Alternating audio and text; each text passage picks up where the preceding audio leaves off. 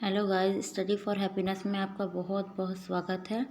मैं प्रीति शर्मा। आज हम आदिकाल का प्रकरण 1 के क्वेश्चन आंसर लेकर करके आए हैं।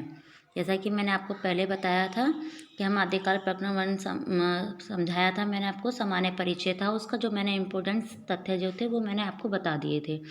अब मैं उनके ऊपर ही प्रश्न बना करके लाई हूँ, तो चलिए स्टार्ट करते हैं। हिंदी साहित्य का आविर्भाव किस भाषा से माना गया है? तो गाइस, हिंदी साहित्य का आविर्भाव किस भाषा से माना गया है?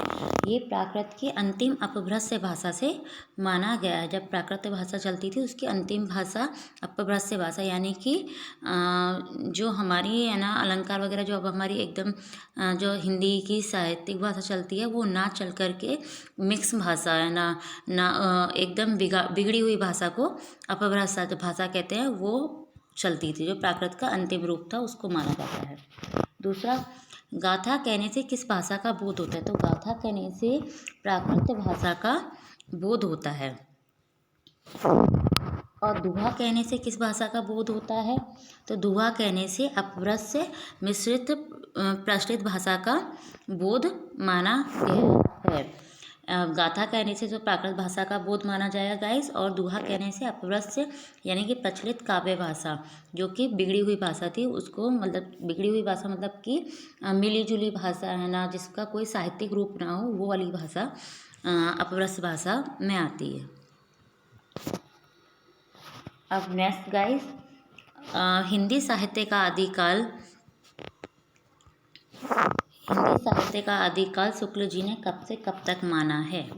तो उन्होंने 1050 से लेकर के 1375 तक उन्होंने माना है। और ये संवत, ये ध्यान रखिएगा, संवत में माना है। वैसे हिंदी में हमारे संवत ही यूज़ होता है, और इतिहास वगैरह हम इसमें ज़्यादातर सन यूज़ करते हैं। तो संवत में ही ज़्यादातर आपको आता ही होगा कि संवत और सन, नहीं तो मैं आपको अगले वीडियो में संवत और सन इन दोनों के बारे में अच्छे से समझाऊंगी।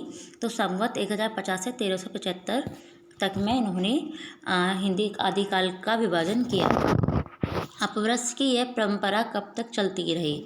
तो ये 15वीं शताब्दी तक चलती रही। विक्रम की 15वीं शताब्दी तक के मध्य तक ये अपभ्रंश की परंपरा चलती रही थी। अब किस कवि ने 2 भाषाओं का व्यवहार किया था? तो विद्यापति एक ऐसे कवि थे, विद्यापति जिन्होंने 2 भाषाओं का इस्तेमाल किया था। एक थी उनकी अपभ्रंश और एक थी बोलचाल की भाषा। ठीक है गाइस, 2 भाषाओं का उन्होंने इस्तेमाल किया था। जो एक थी उनकी बोलचाल की भाषा और दूसरी क्या थी? अपभ्रंश। ये भाषा, ये इम्पोर्टेंट है गाइस, मैंने आपको कल के वीडियो में बताया था, तो ध्यान रखिएगा। विद्यापति ने बोलचाल की भाषा को क्या कहा है? ये भी मैंने आपको कल एक पॉइंट्स लिखवाया था। तो उन्होंने कहा है देसी भाषा। बोलचाल की भाषा को विद्यापति ने क्या नाम दिया था? देसी भाषा नाम दिया है। अपभ्रंश का अर्थ क्या होता है? ये है ना, वैसे पेपर में है ना आ भी सकता है और नहीं भी आ सकता है, क्योंकि ये तो मैंने आपको इसलिए बता रही हूँ कि है ना अपभ्रंश का अर्थ क्या होता है। बिगड़ा यानी कि बिगाड़, जिसमें किसी प्रकार का विकार होना। कोई भी ऐसी भाषा बहना पहले जो थी रूपक अलंकार, हमारे जितने भी छंद वगैरह, इनका प्रॉपर तरीके से यूज़ नहीं होना। गिरने या घटने की प्रक्रिया का भाव, ये अपभ्रंश का अर्थ होता है। इस काल की जो साहित्यिक सामग्री, 9वां क्वेश्चन है, इस काल की जो साहित्यिक सामग्री प्राप्त होती है उसमें कुछ तो असंदिग्ध है और कुछ संदिग्ध। यह कथन किस प्रकरण से लिया गया है?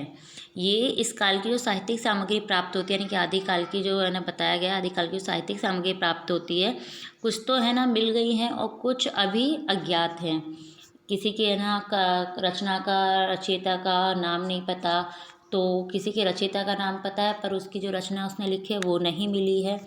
तो ये कथन किसने कहा है और किस प्रकरण में कहा है?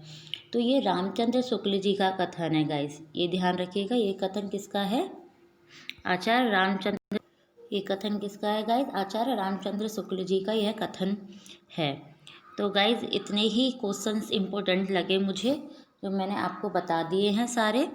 ठीक है गाइज़, और आगे हम नेक्स्ट संवत और ये सन, इसके बारे में और क्लियर कर लेंगे ताकि हमें कोई कंफ्यूजन ना हो अगले वीडियो में।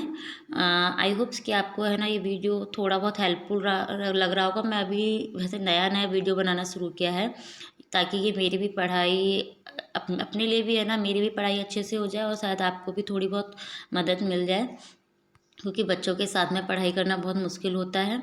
इससे मेरा भी रिवीजन हो जाता है और मुझे भी याद हो जाता है। बस अपनी खुशी के लिए मुझे वीडियो बना रही थी। बाकी गाइज आपको अच्छा लगे तो प्लीज़ लाइक कीजिएगा एंड थैंक यू।